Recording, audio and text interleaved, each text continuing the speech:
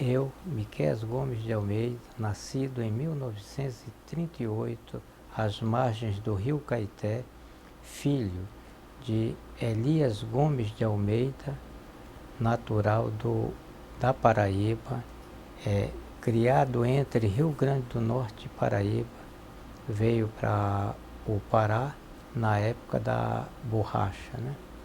Minha mãe, Maria Moreira de Almeida, descendente de índios, teve 6 filhos, existe 3 vivos hoje. Meu pai, casado 3 vezes, a primeira esposa dele chamava-se Minervina, teve 12 filhos. A minha mãe faleceu, ele casou com Júnia Matos de Almeida, descendente de português, casou-se na Ilha do Marajó e tem 7 filhos. Meu pai veio a falecer. Eu tenho uma vivência toda influenciada pelo meu pai, né? Pelo meu pai e pela minha mãe. Meu pai era aquele que, desde 22, ele passava para a gente como era ser brasileiro. Na Segunda Guerra Mundial, eu, pequenininho, né? 3 ou 4 anos de idade, no colo dele, assistindo a ida dos soldados paraenses para a guerra, né? Eu olhando uma prancha de madeira no convés do navio, e eles caminhando ali em cima com bandeiras brasileiras, o cisne branco tocando, mulheres chorando, se despedindo dos soldados que iam viajar, tocando o hino nacional e todas aquelas marchas militares, né? E aquilo é uma coisa que até hoje está impregnado na minha alma, né? Então, e aquilo era o meu pai, né? Meu pai era aquele brasileiro que teve 29 dias de aula, mas a Rádio Nacional, ele não deixava de ouvir todos os dias, não deixava de ouvir a Rádio Jornal do Comércio, estava sempre informado, né? Meu pai era um verdadeiro brasileiro, né? Uma das coisas também que ele nunca deixava de fazer era todo o 1º de maio, a gente na roça era enfeitado de flores, de coisas bonitas nas janelas e nas portas, e de todos os amigos do meu pai, também as casas eram enfeitadas no 1º de maio. Ele falava que aquilo ali era uma homenagem àqueles que faziam as nossas ferramentas de trabalho na roça. Eram os operários, né? E eu fui criado dentro dessa integração operário e camponeses, né? E meu pai não era de partido, mas ele tinha uma visão assim, bem diferente. Meu pai era um tipo de homem assim que não se prendia a pequenos obstáculos, né? Quando minha mãe faleceu, eu não tinha 7 anos, em Coraci, em Belém, que ela veio a falecer. 6 meses depois, meu pai casou com a Júnia em Soure, na Ilha do Marajó. Aí começou outra luta difícil.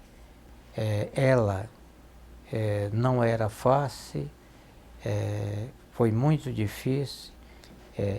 E eu tive que sair de casa com 9 ou 10 anos de idade e tal. Mais na frente, eu estudava, parava de estudar porque tinha que trabalhar e foi. E quando já tinha uns 17, 18 anos, fui para Macapá. Em Macapá, já entrei na ICOME, uma mineradora americana, e quando entrei nessa mineradora americana,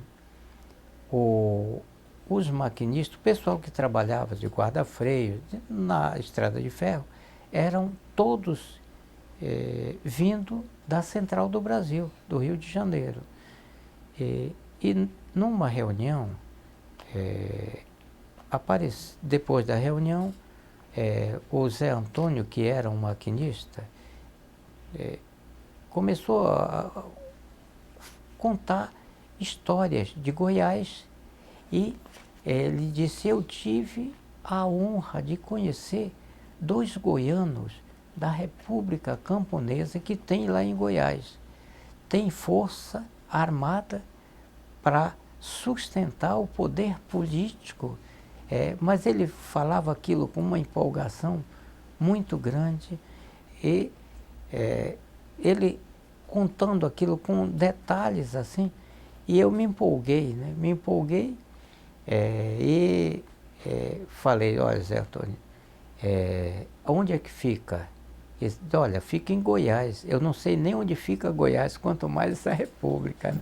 Bom, de que eu vou lá. Se tiver condição, eu venho aqui para te informar como é que é essa república. E eu vim para a Construção de Brasília.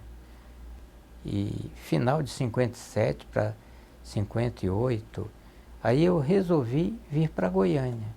Vim para Goiânia, a primeira coisa que eu fiz ali em Campinas foi montar um barzinho naquela descida para o Dérgo, tinha um comérciozinho bom e tal.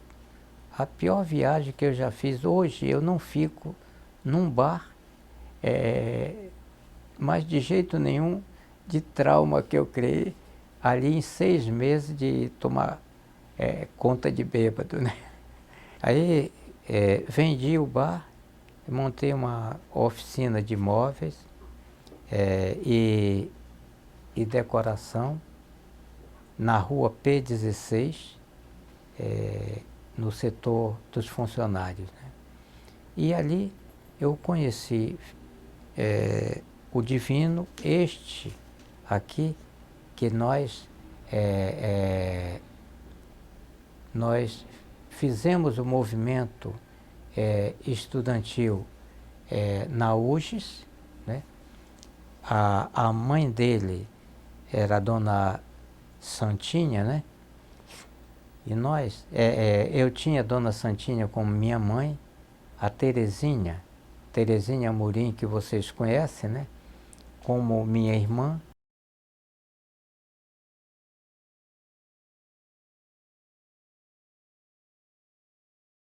Quando eu estava em Macapá, eu era da JOC, da Juventude Operária Católica. E já em Brasília, eu deixei de militar na JOC e passei a militar no grupo dos 11 do Brizola. Quando cheguei aqui em Goiânia, eu comecei a entrar em contato com Divino, que nós passamos a estudar, e já para hoje, os 3 amigos mesmo no movimento estudantil era o Divino, Daniel Ângelo e eu. Sempre a gente estava juntos, né? Sempre. E aquelas coisas mais intrincadas na UGES, nós éramos o bucha de canhão, né? Então nós éramos uma greve, estava muito polícia, não dava para fazer, e nós éramos chamados. Então a gente fechava as escolas, dava o jeito e fechava as escolas mesmo. Ou seja, quando não tinha jeito mesmo, a gente desligava o transformador. O que vale informar também o maior movimento estudantil brasileiro lá na década de 60 era no estado de Goiás. Uma luta muito que ninguém fala é Niquelândia. Niquelândia, quando começou ali o níquel de Niquelândia, nós da UGES nos levantamos aqui apoiando o governo a extrair o níquel, o governo de Goiás explorar o níquel de Niquelândia. Aí contra o grupo Votorantim, aí não foi fácil não, ficou só na nossa luta. E o Hélio estava nessa luta que nós fazíamos pelo níquel de Niquelândia, né? Era um movimento muito forte, a luta por meia passagem, a luta nossa ali para ter a casa do estudante. O pessoal da UGES conseguiram a casa que tinha ali no Lago das Rosas, que hoje é o zoológico, né? Ali tinha um antigo cassino e que nós reivindicamos e que era a sede da UGES. Tinha restaurante, tinha alojamento, tinha um teatro muito bom. Então, essas vitórias foram alcançadas pelos estudantes daqui. Quando nós estamos estudando e fazendo o movimento, vem uma campanha para angariar medicamentos, remédios, roupas, calçados, para levar para os camponeses. Então, era isso que a UGES passava. E aqueles que se destacasse na campanha, tinha como prêmio levar as coisas para os camponeses. E com o Divino, nós conseguimos juntar remédio com os médicos daqui de Anápolis, que foi uma coisa assim que não dava para imaginar. Diz, agora vocês vão levar lá. E nós fomos para lá. Quando chega em Santa Teresa, né, foi uns meninos nos receberam com um animal. Nós colocamos o que nós levamos nos animais. Aí levaram para casa da Dirce, que era a esposa do Zé Ribeiro, né? E aí uns homens nos levaram até a casa do Zé Ribeiro, que ficava longe lá de onde a Dirce estava, e de lá nos levaram onde estava o José Porfírio. Era todo um esquema de segurança que era criado, né? Quando chegamos lá, ele sentado numa rede, com os dois pés assim, trançados por baixo da rede, né? E nós tiramos os remédios, as roupas, os calçados, entregar para ele. E quando eu abracei aquele cidadão, aquela emoção para mim é a maior emoção até hoje na minha vida, foi abraçar o Zé Porfírio ali. Para mim não tem outra coisa que possa comparar, não. E já convidamos ele, se queria ser o primeiro camponês deputado na história de Goiás. E ele muito manso, diz, mas será que eu tenho chance? Aí o Divino falou para ele, se você não tem chance, nenhum brasileiro tem chance de ser nem vereador. Ele disse, então, assim eu aceito. Né? E nós saímos de lá, viemos para Goiânia, entramos em contato com Arroio, que na época era do PCB, e com outros, o Arroio com outro pessoal do PCB, né? E fomos conversar com Mauro Borges, que ia se candidatar a governador. O Mauro Borges ouviu a gente ali sem dar uma palavra. Quando terminamos de falar, ele riu e disse, eu não só faço a dobradinha com o Zé Porfírio, como você, o primeiro governador a titular terra de Poceira em Goiás. E foi. Mauro Borges abriu um canal com estudante que ninguém marcava audiência para conversar com ele, não. Estudante não marcava audiência. Ia lá, comunicava que estava o assunto, ele estava despachando, o próximo podia ter quem tivesse aí. Ele mandava entrar os estudantes e tal, e assim. E sei que elegemos Mauro Borges e elegemos o Zé Porfírio. Quando eu saí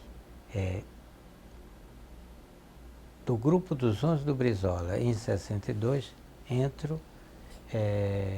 passo a militar no PCdoB. Passei a militar com quem foram as pessoas no PCdoB que eu tive conhecimento em 60, veja, antes da reorganização. Nós tínhamos reunião com o Amazonas, com o Pedro Pomar, com a Elza Monerá, que a gente chamava ela de Tia Maria, com quem era com o Ângelo Arroio. E veja, lá, naquela época, antes do golpe militar, a gente já procurava o seguinte, o Arroio dizia para a gente qual seria o lugar mais seguro para a gente voltar a organizar a República, reorganizar a República Camponesa. Então, veja, nós sugerimos o norte de Goiás, que estava mais para o norte. Por que mais para o norte? Porque ali ficava o Maranhão e ficava o Pará. E se fosse um pouco mais para cima, ia ter Mato Grosso, né? Entendeu? Então, se ficasse no norte, mas no centro, como estava, né? Era mais vulnerável, não tinha para onde a gente pular, né? Bom, e foi essa a visão que a gente tinha de se consolidar ali. Porque se Trombas e Formoso, que ficou de Porongatu, Pai Chico veio com Zé Porfírio, depois vem com aquele negócio de reforma agrária lá em Séries, né? Que não deu em nada. E o Zé Porfírio, então, dizia, isso aqui não vai dar coisa nenhuma, e volta lá para onde ele estava, né? Bom, e diante de tudo isso daí, vem em 62, reorganiza o partido, nós fomos todos antes, nós não éramos do PCdoB. cada um estava na sua organização, né?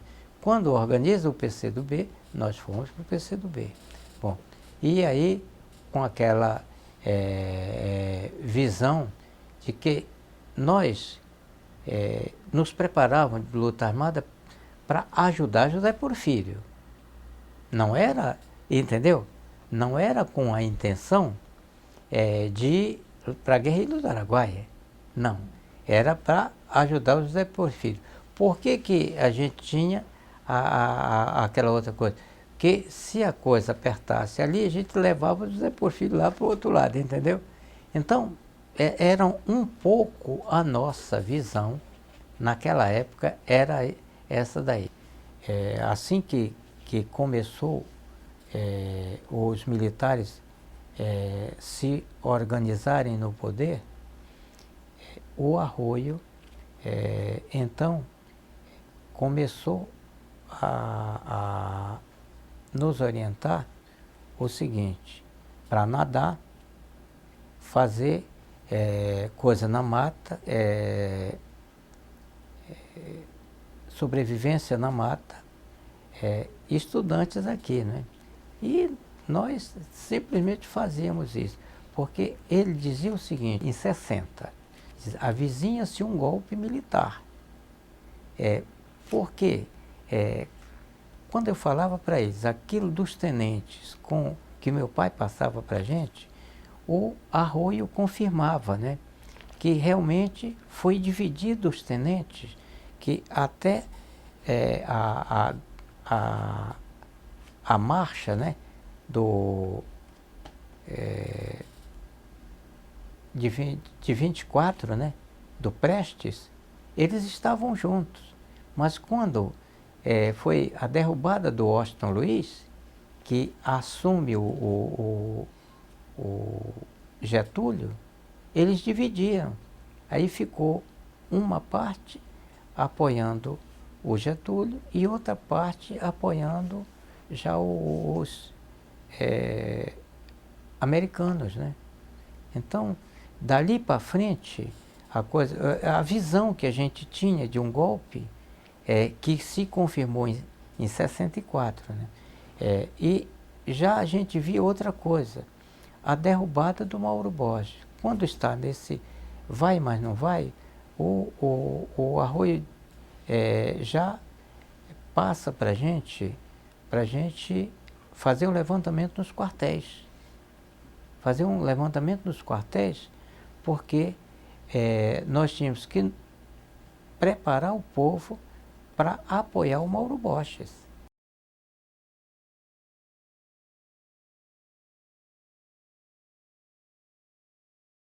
Veio o 64 e dizia agora, nós dentro da oficina idealizamos uma tomada de 4 quartéis do Exército com arma e munição para preparar o povo para garantir o Mauro Borges que eles iam derrubar, não tinha jeito, né? Bom, aí qual era o primeiro? Quando a gente fez isso daí, o Ângelo Arroio teve que sair. Quando o Ângelo Arroio saiu, quem ficou foi Luiz Vergatti, que ele era um outro nome, quem assumiu o lugar do Ângelo Arroio. Aí mudou todo o projeto que a gente tinha, foi virado de ponta cabeça.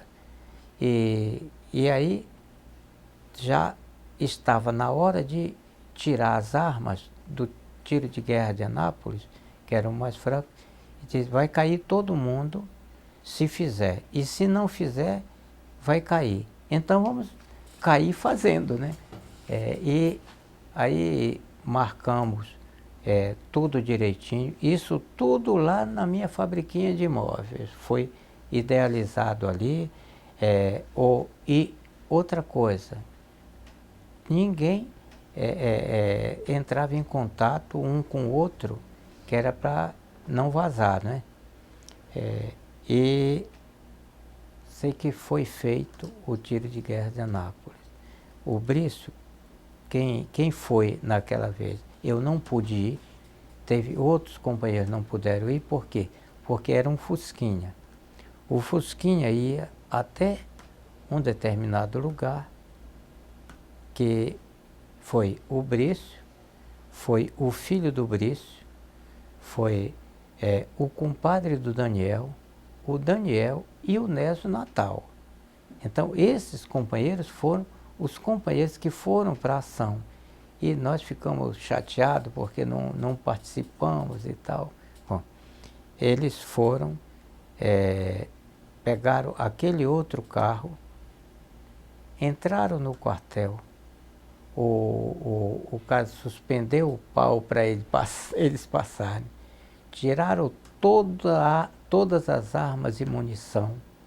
E sei que levaram para a casa do Brício.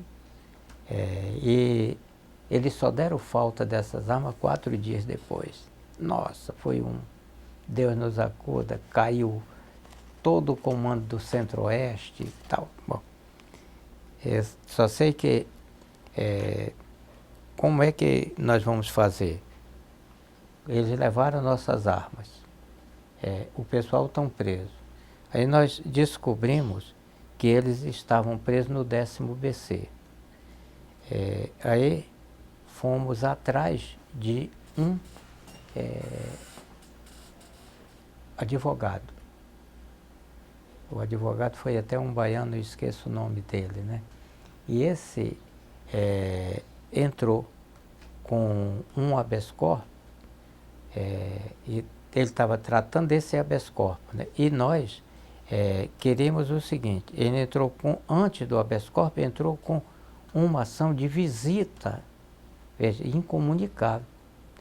Ele entra com um pedido de visita aos presos, mole, dentro do 10º BC. Quem foi, a primeira visita foi o pai do Daniel. O pai do Daniel, quando chega lá, eles dão um chute nele, derrubam ele na frente da cela, e foi um negócio terrível. Quando o pai do Daniel volta, a gente conversa com ele, aí nessa reunião diz, olha, vai ter que ir um companheiro nosso lá. É o menos queimado. Aí disseram, é você, Michel? Era eu, né? Tudo bem. E eu fui com a mãe do Daniel, entrei lá, conversei com os companheiros, peguei o bilhete de cada um tal, e, bom, sei que depois que saí de lá, nem eu, nem o Divino não foi, porque o Divino era queimado, né? Eu era conhecido por Michel, mas meu nome era Miquéias, né? E graças a eles não me chamarem pelo nome, eu não me queimei, né? E fui lá. Mas quando fui lá, já não tive mais condição de ficar nem no Brasil, né? Aí foi quando saiu eu e saiu o Divino, daqui de Goiás e tal. Com o golpe militar, nós não pudemos mais fazer a mesma atuação estudantil que a gente fazia, com a mesma liberdade e tal. Aí, apoiar o Mauro Borges. A tábua de salvação era a gente apoiar o Mauro Borges, não tinha outro caminho. Bom, não deu o que fazer. Agora aquilo que o Arroio tinha sugerido, né? Então vamos fazer. Quando muda o Arroio, aí nós ficamos com uma outra pessoa, ficamos sem pai e sem mãe, né? Mas mesmo assim fizemos e tal. Os companheiros foram presos. Quando vão presos, nós não tendo como ficar, o partido, veja, foi 64, uma turma foi para a China. E dessa turma que foi para a China, me parece que foi o Hélio Cabral, o Gerson Parreira, o Tarzan de Castro. Quando houve esse negócio do tiro de guerra, aí nós fomos a outra turma, né? Entendeu? Nós fomos parar na China.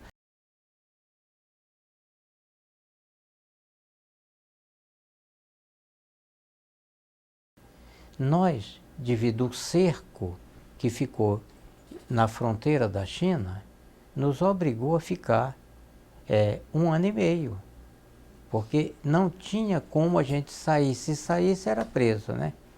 Bom, ali no Paquistão, na Índia, e aquilo ali ficou tudo tomado, né?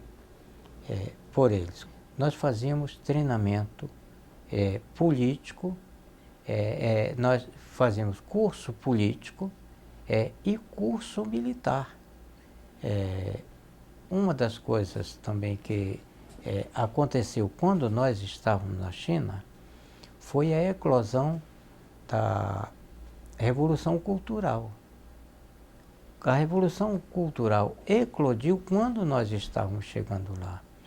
Uma das coisas que até hoje eu tenho nos meus ombros uma grande responsabilidade, quando o avião chegou em Pequim, que fomos descer a escada, estava lá Chun Enlai, estava Lin Piao, estava Chu Te, Rolun, Deng Xiaoping, estava os ministros lá. Eu até comentei com os companheiros, digo, olha, vocês estão vendo a responsabilidade que os chineses estão jogando nas nossas costas? Eles estão nos recebendo com honras de estadistas. E foi mesmo. Quer dizer, aquilo, para alguns companheiros, foi apenas um gesto a mais. Mas, para mim, por exemplo, não foi um gesto a mais. Foi uma responsabilidade que foi jogada nos nossos ombros, né? Então, e lá nós tivemos contato com vários tipos de armas, como montar, como desmontar, como fabricar munição, como detectar minas, como colocar uma mina. Então, esse tipo de coisa a gente passou. Nós tivemos, nesse tempo, nós percorremos vários lugares na China. Nós tivemos em Xangai, em Wuhan, Hangzhou, Harbin, que é nordeste da China. Nós tivemos já na divisa da China com a União Soviética, tivemos no Tibete. Veja, quando deu uma colher de chá na fronteira, nós saímos, voltamos para o Brasil, não tivemos mais condição de ficar aqui, porque éramos procurados, todos nós. Já fomos para o Maranhão, fizemos o levantamento das matas do Maranhão e tal. As pessoas dizem, foram para a China. Na China nós fomos aprender como é que o povo chinês enfrentou a reação lá, quais as táticas, né? As dificuldades que tiveram, as dificuldades que nós íamos ter aqui também, não é? Então, isso dava para nós um certo ensinamento teórico. Agora, a prática nossa aqui era só nossa, não é? Não tem outro país que tenha uma experiência dessa de movimento camponês aqui de Goiás, não. É só nós aqui no Brasil. E nós levamos aquela experiência para o Maranhão, aquela amizade que o José Porfírio desenvolveu no norte de Goiás, que o pai Chico desenvolveu antes dele, aquele ensinamento foi que nós levamos lá para o Bico do Papagaio.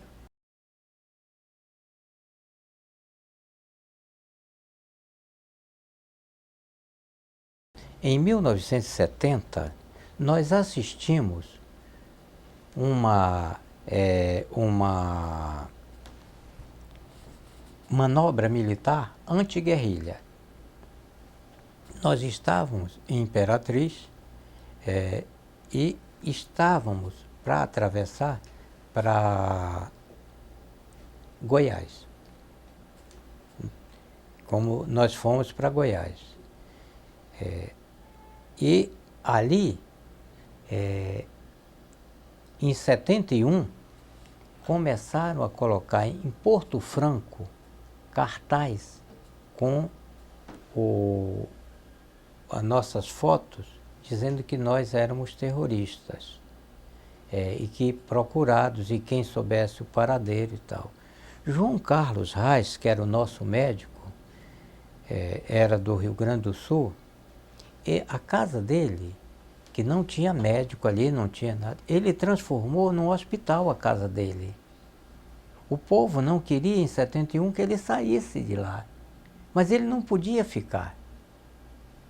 E ele saiu de lá e era o nosso médico na guerrilha, não só ele, como tinha um grupo muito grande de médicos. Agora, veja, no Maranhão, nós cumprimos a nossa missão de o contato com o povo nos conhecer e ver que nós éramos iguais a eles e que éramos irmãos do mesmo jeito.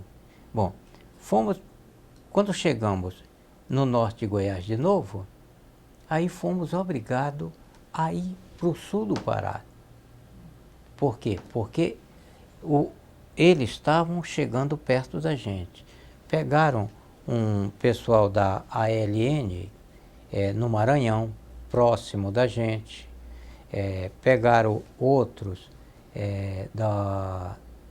do MR8 também. Eles chegavam e colocavam supermercado, entendeu? E aí chamava a atenção, os caras chegavam e pegavam.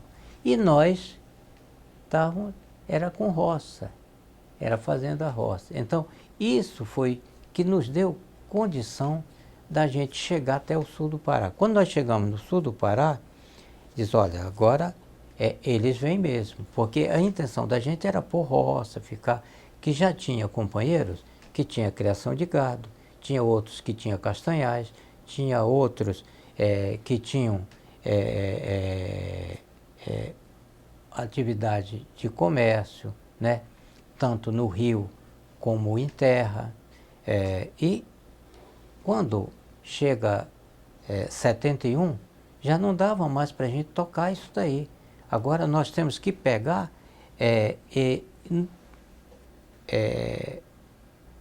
suplementos para a guerra, porque agora não tem outro caminho.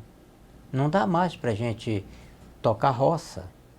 Agora suplemento de remédios, de alimentos, roupa e calçado, arma e munição, ir embora para dentro da mata. E nós começamos. Quando foi, veja, um ano, eu ainda saí com o Oswaldo, com o Oswaldão, para pegar fazer uma retirada estratégica, que era sair dali do Bico do Papagaio para o Xingu. Nós fomos até o Xingu. Voltamos. Quando nós voltamos, não teve mais condição de levar outros companheiros. Mas uma rota daquela, nós tínhamos que ter suplemento ao longo dela. Nós não tivemos condição. Nós, em 72, já fomos atacados E aí não teve mais nada. Nós não tínhamos arma, a munição era pouca. E o que fazer? Nós tínhamos que enfrentar com o que a gente tinha mesmo. Eu lembro que o primeiro ataque do Exército, lá no destacamento A, eu tinha ido para lá levar um remédio, né? E quando a gente já estava voltando, eles já tinham montado uma emboscada. Eles, muitos soldados. Uma emboscada tinha bastante soldados. Onde a gente tinha que passar, eles ficaram uma parte para o lado de baixo e ficaram outros para o lado de cima. Como a gente tinha noção de que não podíamos, em lugar vulnerável, estar passando, nós viemos por cima observando devagar. Aí a gente viu a movimentação das colunas camufladas, né? E quando nós vimos, nós saímos deles e aí resolvemos a dar 2 tiros. Nós demos 2 tiros e deixamos eles se matando lá. Eles mataram quase todos, uns aos outros. E nós, caímos fora, porque nossa arma era espingarda, que era um tiro só. Então dava um tiro e corria, né? Aí o que é que o Exército passou a fazer? O Exército passou a matar os próprios coisas e dizer que eram nós que estávamos matando. Isso eles mataram lá nos Perdidos, que eles estavam acampados, né? E mataram um soldado de madrugada e penduraram, olha, era mata aquilo lá, e penduraram ele num fio de telefone. O cara, um soldado pendurado num fio de telefone, é brincadeira. Diz que fomos nós. Eles mataram o Cabo Rosa, disseram que foi Oswaldão, outra hora eles dizem que foi a Dina, outra hora, e cada hora eles inventam que foi um. Mas foram eles mesmos que mataram, que era para dizer que nós éramos terríveis, né? Entendeu? Então, é um negócio meio maluco, viu? Eu passei a ser conhecido, porque lá na guerrilha eu era apenas o Zezinho. Eu não era o Zezinho do Araguaia. E o que por que Zezinho do Araguaia? Porque na região existia muitos Zezinhos, e todos os Zezinhos que o Exército pegou, ele matou. Pensando que aquele Zezinho que eles pegaram e mataram, um deles seria eu. Então, isso aí, outra coisa, aqui eu era o Michel, o meu nome era Miquéias. Quando cheguei no Maranhão, eu tinha um outro nome que eu nem lembro, eu usei para mais de 80 nomes. Veja, quando nós passávamos num lugar, todos nós mudávamos o nome, porque eles vinham no nosso rastro, quando chegava aqui, acabou, usando o nome. Quando eles conseguiram o nome que a gente estava usando de novo, nós já estávamos muito longe, entendeu? Em todo lugar que a gente passava, a gente fazia aquela mesma maneira que era usada pelo Pai Chico e Zé Porfírio, de amizade, de trabalho, de convivência e de congraçamento. Aquilo que nós aprendemos com eles aqui era o que nós usávamos lá. Eu vejo esse guerrilha, eu comparo um pouco com o ressarcimento do Estado ao oprimido do Estado, né? Que somos nós que fomos oprimidos pelo Estado e hoje apelidam de indenização. Guerrilha foi um ato pejorativo que eu acho que o Estado daquele então passou a nos tratar. Por quê? Porque um grupo de 68 malucos enfrentar o Estado brasileiro,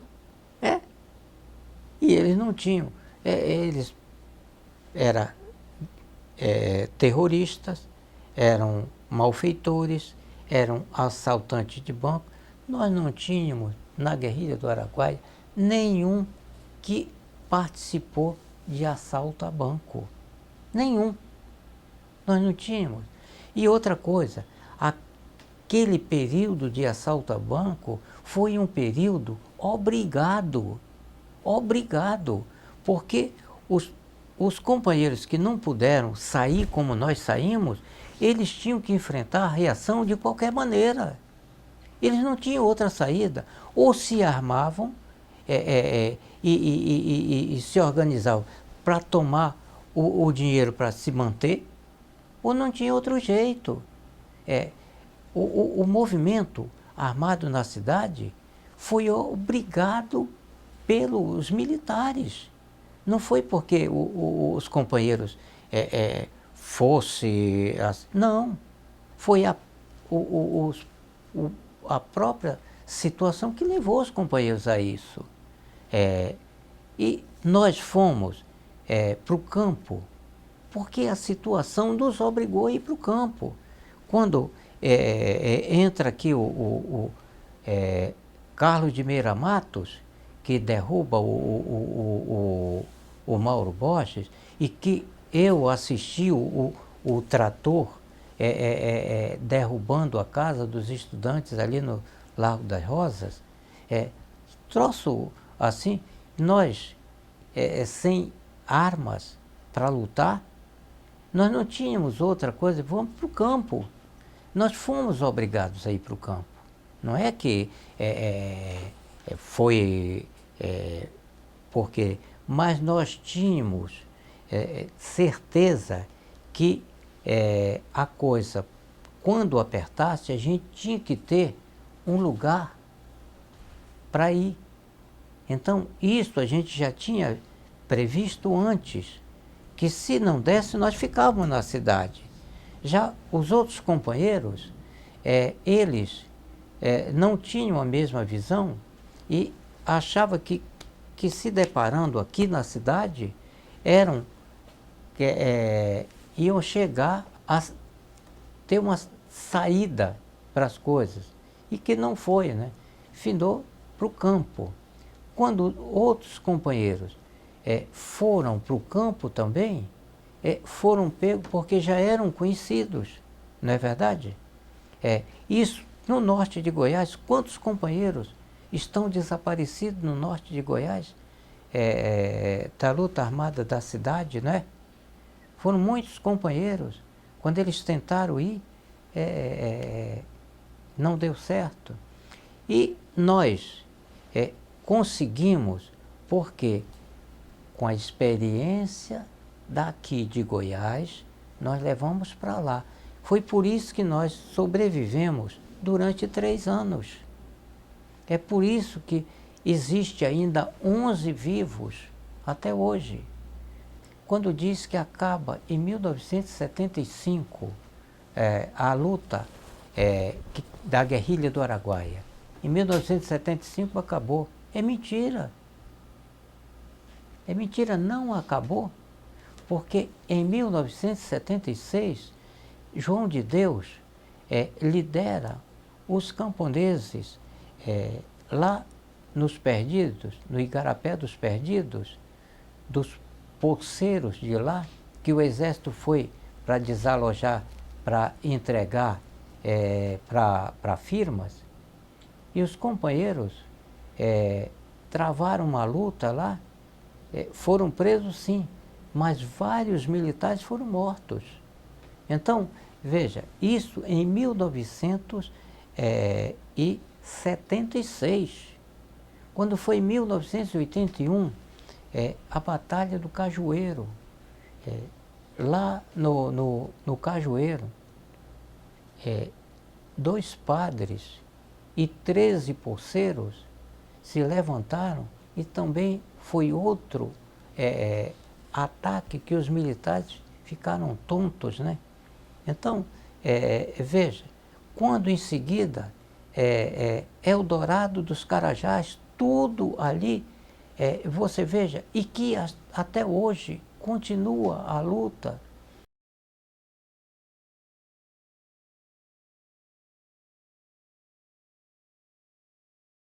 Veja, em 1975, eu deixei a área com o arroio e viemos fomos para São Paulo. O primeiro ponto foi com a Elza Monerá. O segundo ponto foi com o Pomar. O terceiro com o Pomar. Aí ficou para o quarto ponto eu ter contato com uma pessoa que eu não conhecia e nem ele me conhecia. Era para mim vestido com uma roupa naquela cor e com uma revista, não sei se era o Cruzeiro ou se Manchete, eu sei que era uma revista para mim levar embaixo do braço, naquela esquina e tal, e ele vinha vestido assim e tal, e me deram a senha, e quando eu via o cara, falava a senha e ele me falava a contrassenha, né? Bom, e daí a gente passava a entabular a conversa. Só que no ponto que era para acontecer o encontro, naquela hora tinha um açougue quase na esquina e o caminhão para pegar ossos do açougue parou, um caminhão grande. E vem um carro em alta velocidade na rua, assim, quando ele vira, entra embaixo do carro, tirou toda a capota. Só estava o motorista agachou, a capota ficou na carroceria do carro, e o cara não sofreu nenhum arranhão. E parou ali, e polícia, e aí o cara até ontem, não sei quem é. Aí eu fiquei sem contato com o partido, e também aquilo foi apagando toda essa história que eu falo hoje aqui, apagou da minha mente. Esse esquecimento, eu não sei explicar. Foi uma coisa que foi fugindo assim, como se eu tivesse dormido. E quando acordei, o dia, a minha vida começou a partir que eu acordei, entendeu? Quando mataram o Arroio, e mais o Pomar e outros companheiros na Lapa, eu só vim saber só em 1996, quando o pessoal do partido foi que me informou, porque até então eu nem sabia, entendeu? Aquela coisa assim para mim foi embora. Não...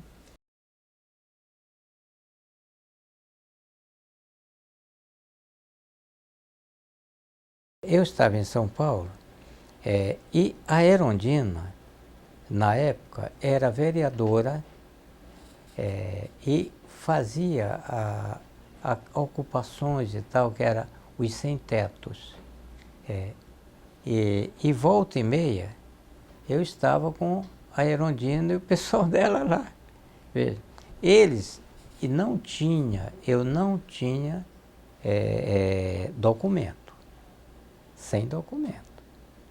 Eu trabalhava de servente pedreiro. O que eu ganhava era 40 centavos, era quanto custava uma bisnaga, um pão desse tamanho, uma bengala, que é como é chamado. Eu cortava os 2 bicos e o meio, comia um bico com água, porque não dava para mim tomar café, era um bico com água de manhã, o outro bico era o meu almoço com água, e o meio, que ficava macio, né, era o meu jantar. E isto foi até eu descobri uma maneira de me alimentar melhor. Como foi essa maneira? Eu, sábado de tarde, não trabalhava na obra, eu ia nas casas, que eu observava a casa que estava o jardim cheio de mato e que era velhinhos, né? No sábado de tarde eu ia lá, batia palma, dizia, olha, o senhor permite eu limpar? E limpava para eles, não cobrava. Não, mas nós não temos dinheiro. Não, não vão pagar nada. Ali eu tinha o café, eu tinha o almoço. Bom, e assim eu fui levando. E outra coisa, eu não ficava à toa com medo da polícia. Se eu ficasse à toa, a polícia ia me pegar, né? E eu trabalhando, ninguém ia me importunar, né? Bom, e do meio para o fim, quando chegava os netos, os filhos daqueles velhinhos que eles se deparavam com aquilo limpinho, plantado de novo e tal, eles iam me conhecer, né? Iam lá na obra atrás de mim. Aí um me dava R$ 50, outro me dava 20, outro me dava 10, e assim eu ganhava mais do que eu trabalhando na obra, entendeu? E o que aconteceu? Eu digo, olha, eu como servente aqui, eu vou morrer de fome. Aí peguei um pedaço de revista, estava lá o Instituto Universal Brasileiro, na Rua dos Timbira, mais não sei o quê. Digo, tá aqui. Aí eu preenchi, fui lá na Rua dos Timbira e quero fazer o curso de eletricidade predial. Aí é tanto por mês. Falei, não, vou pagar de uma vez. Eu tinha já dinheiro, paguei o curso de uma vez, eu trouxe um monte de apostilha, né? E só fazia a prova, né? Quando encontrei essa que é minha esposa, né? Encontrei ela e aí já foi, parece que em 80, ela me convenceu de tirar certidão de idade, né? Eu fui na Vila Mariana, que eu morava lá, né? E junto com um bombeiro, né? Um sargento bombeiro, ele foi a minha testemunha. Tirei com o nome de Antônio Pereira de Oliveira, o nome de uma carteira profissional que eu achei no chão, com um cidadão que foi nascido em 1942, Antônio Pereira de Oliveira, e eu tirei a fotografia dele, coloquei a minha, e usava a carteira dele, se a polícia me pegasse, eu já tinha aquele documento. E me registrei com o nome do cidadão, né, que estava na carteira. Findou depois um encontro de casais com Cristo, da Igreja Católica. Um padre foi informado que eu era especialista em retirada de choque, circuito e tal. E eu fui fazer o trabalho para ele, e findou ele me batizando lá na igreja, e o dono do cartório estava fazendo um encontro de casais e fez o meu casamento, né? Então, é um negócio assim que tudo foi levado sem pretensão. Quando eu estava em São Paulo, mesmo com tudo isso daí, eu desenvolvi uma campanha de educação de trânsito. E a campanha era o seguinte: transformar a criança aluna em educador de adulto. Então, com o Scarigella, com o Hanashiro, que eram as duas autoridades, as três autoridades, com a Maria Helena, as três autoridades, eu discutia com eles, que eu peguei um código de trânsito antigo e discutia com ele nos domingos, no Ibirapuera, o novo código de trânsito, esse daí. E ia que tinha clientes meus na universidade, a gente discutia, eles me levavam na universidade para a gente discutir exatamente o código de trânsito. Eu fiquei até 96, eu cheguei em casa, a televisão ligada, aí aparece duas mulheres. Aí eu conheço essas duas mulheres, mas de onde, quem são, aí ficou... eu fiquei maluco, fui no dia seguinte, eu fui na Rua das Palmeiras, onde era a Globo, para eles reprisarem aquela notícia que eu peguei só um pedacinho, né? Era o Amaury Júnior fazendo uma entrevista lá no Araguaia, e eu via a árvore que eu passei com a Alice, com a Crimélia, eu passei ali, o exército passando em cima. Mas eu lembrava da árvore, mas não lembrava de mais detalhes, né? Eu conhecia as duas mulheres, aonde elas estavam foi aonde eu passei retirando a Crimélia, quando ficou grávida. E aquilo me deixava perturbado. Bom, e quando eu voltei para casa, não tive condição de trabalhar, voltei para casa. Quando cheguei em casa, o telefone tocou, era um cidadão me convidando para um debate com uma vereadora, Tereza Lajola e tal, sobre reforma agrária. Eu digo, essa mulher, aí eu já fiz todo um esquema, e essa mulher vai me levar naquelas duas. Já saí de casa com essa coisa. Fui lá, quando terminou, eu pedi para eles me apresentar para a vereadora, né? Ela era a secretária de transporte da Erundina. Aí comecei a conversar com ela, perguntei para ela se ela tinha assistido e tal, assistiu. Sobre a guerrilha do Araguaia, eu nem lembrava de coisa nenhuma.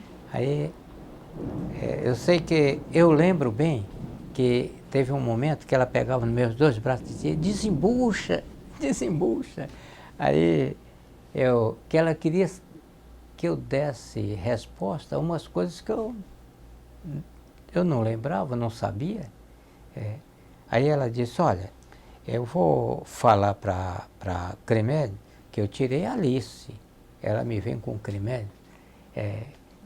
E eu não lembrava nem do nome de Alice, né? Eu só sei que findou, ela disse, não, eu vou dizer que encontrei aqui o seu Antônio, eletricista, né? E tal. Aí eu falei, ela não vai me conhecer com esse nome, né? Aí eu lembrei que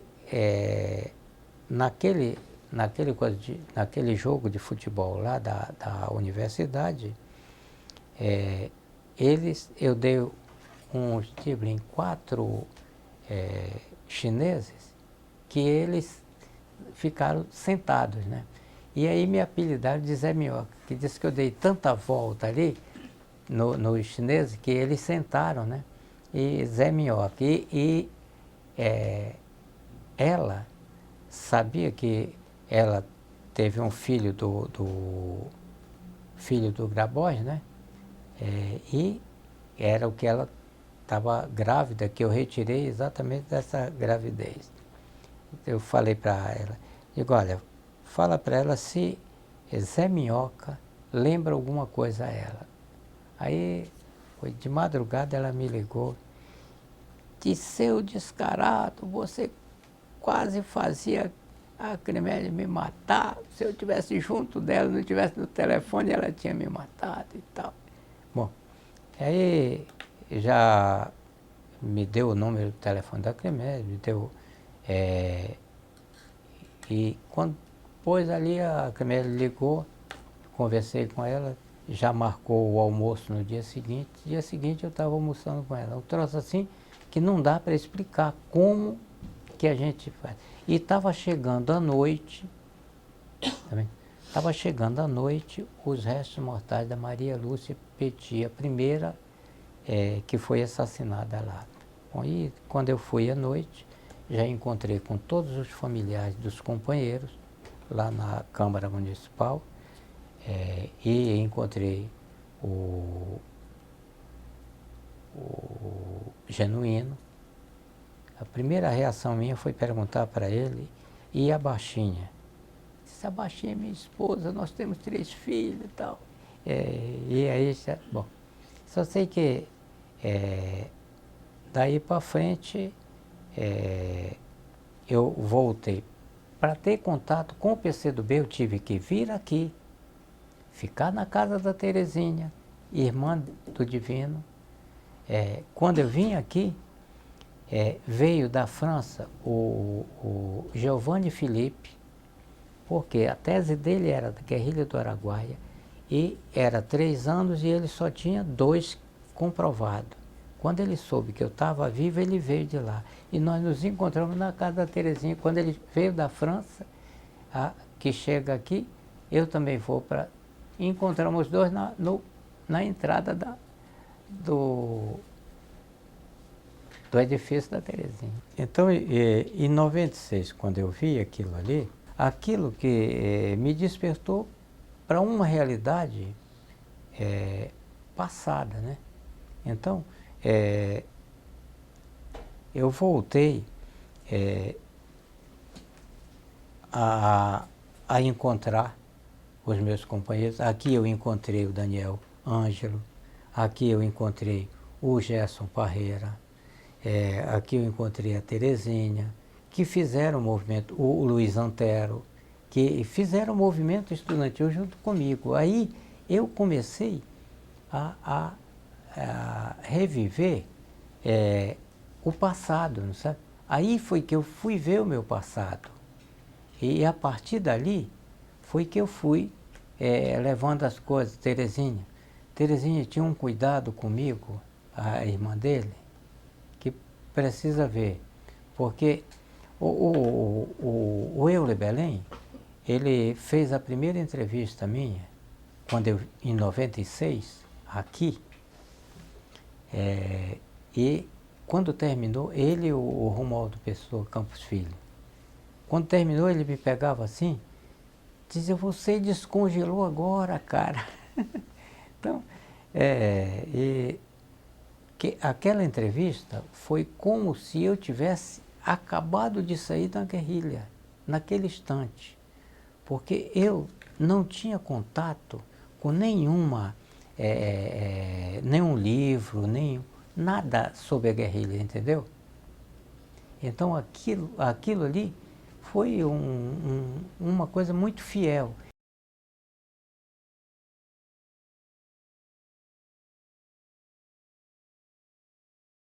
2002, 2003, já tinha a Lei 10.559, porque antes era só a medida provisória 2151.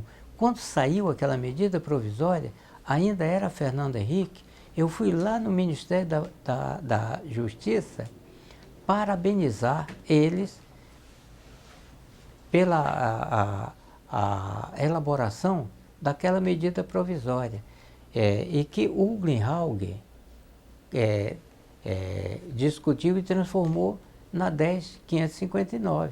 Então, a gente teve, quando veio a 10.559, eu consegui a Neuza, a primeira mulher lá da área da guerrilha, ser anistiada, o Baiano, a Dirce, entendeu? Eu peguei um monte de pessoas. Hoje eu luto para que os meus amigos que estão em fase terminal, que têm depois de 70 anos e que sofreram e que estão sendo ressarcidos pelo Estado. A minha luta hoje é para, primeiro, ir buscar uma fonte de recurso para pagar isso daí, porque a nossa fonte de recurso, ela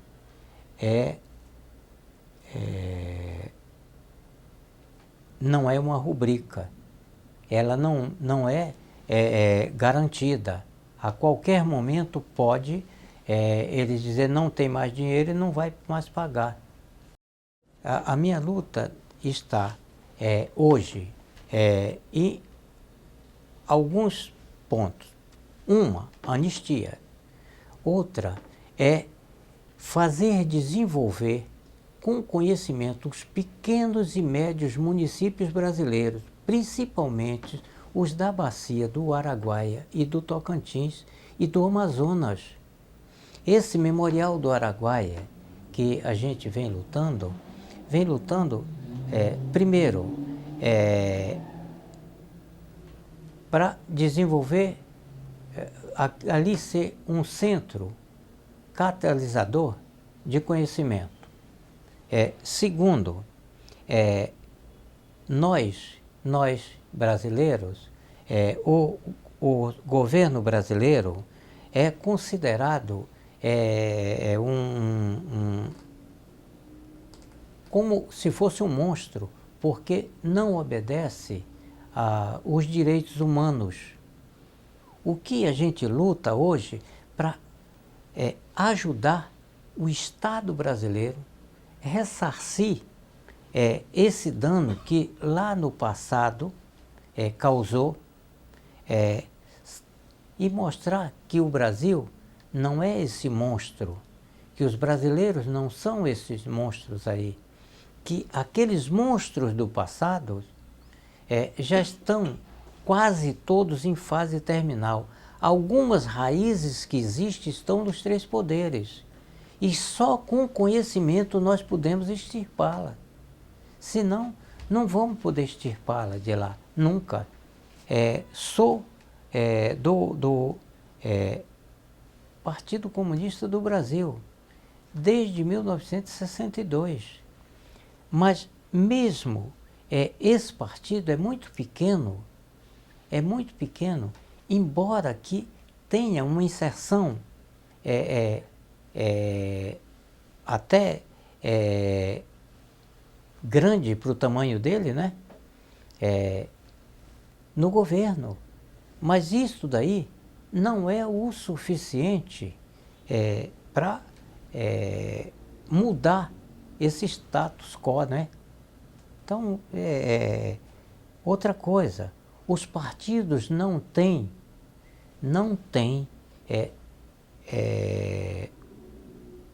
apoio do povo. Eu falo isso daí porque agora mesmo a gente está falando aqui, existe um cidadão, o Lula, foi um líder que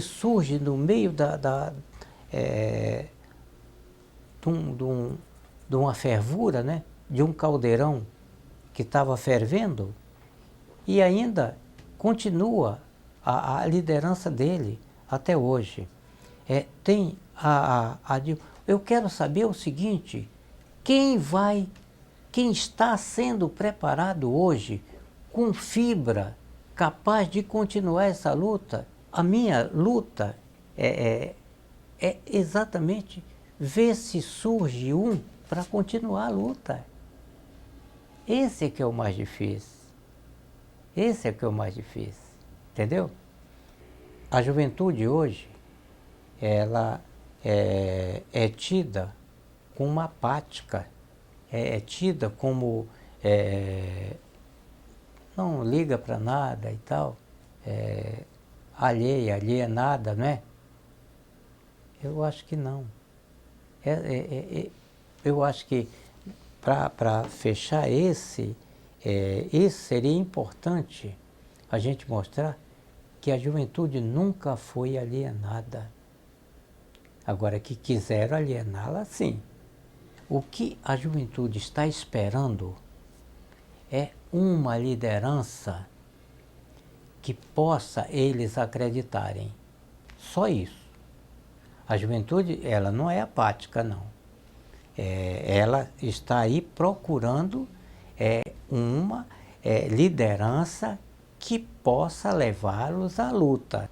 Quando nós estamos aqui agora passando isso daí para a juventude brasileira, que não baixem a cabeça, isso é continuação daquela luta, dos companheiros que tombaram aqui, que tombaram lá em Trombas e Formoso, que tombaram no Araguaia por liberdade, por direito a trabalhar na terra, não é? Está aí os sem terra continuando a luta. Então, isso daí, é ser brasileiro, não baixar a cabeça. Agora, hoje, a luta está o seguinte, não adianta nenhum brasileiro chiar, nem apontar o dedo que o fulano fez isso ou aquilo. Eu quero que diga o que é que ele faz para a gente criar um mundo melhor. É isto. O que eu faço hoje é continuar a luta do Pai Chico, é continuar a luta do José Porfírio, é continuar a luta daqueles companheiros que morreram na prisão, né? Então, é essa luta. E o que eu posso passar hoje é que nós não estamos na democracia, que nós estamos apenas numa abertura democrática e que o povo brasileiro tem que consolidá-la. Se não consolidar, nós vamos voltar ao caos. Nós vamos voltar, não é o que era antes, porque nós não temos mais aquelas matas que nós tínhamos, nós não temos uma reserva moral de brasileiros que davam a vida, que ainda existe, mas hoje a luta é para preparar essa juventude para arrancar essas raízes podres que estão aí nos três poderes e ficar no lugar deles.